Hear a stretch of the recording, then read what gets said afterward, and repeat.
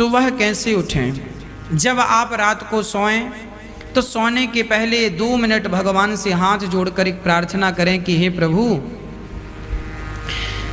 आप मुझे इतने बजे उठा दीजिएगा।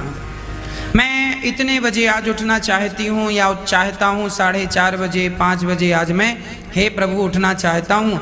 मैं 5 बजे उठ जाऊँ, मैं 5 बजे उठ जाऊँ। इस प्रकार का भगवान से कहकर आप सोइए। आप 5 बजे उठ जाएंगे, भगवान आपको उठाएंगे। समय से आप उठ जाएंगे। आप प्रैक्टिकल करके देख लीजिए। आप जितने बजे कह के सोएंगे आप उतने बजे उठेंगे।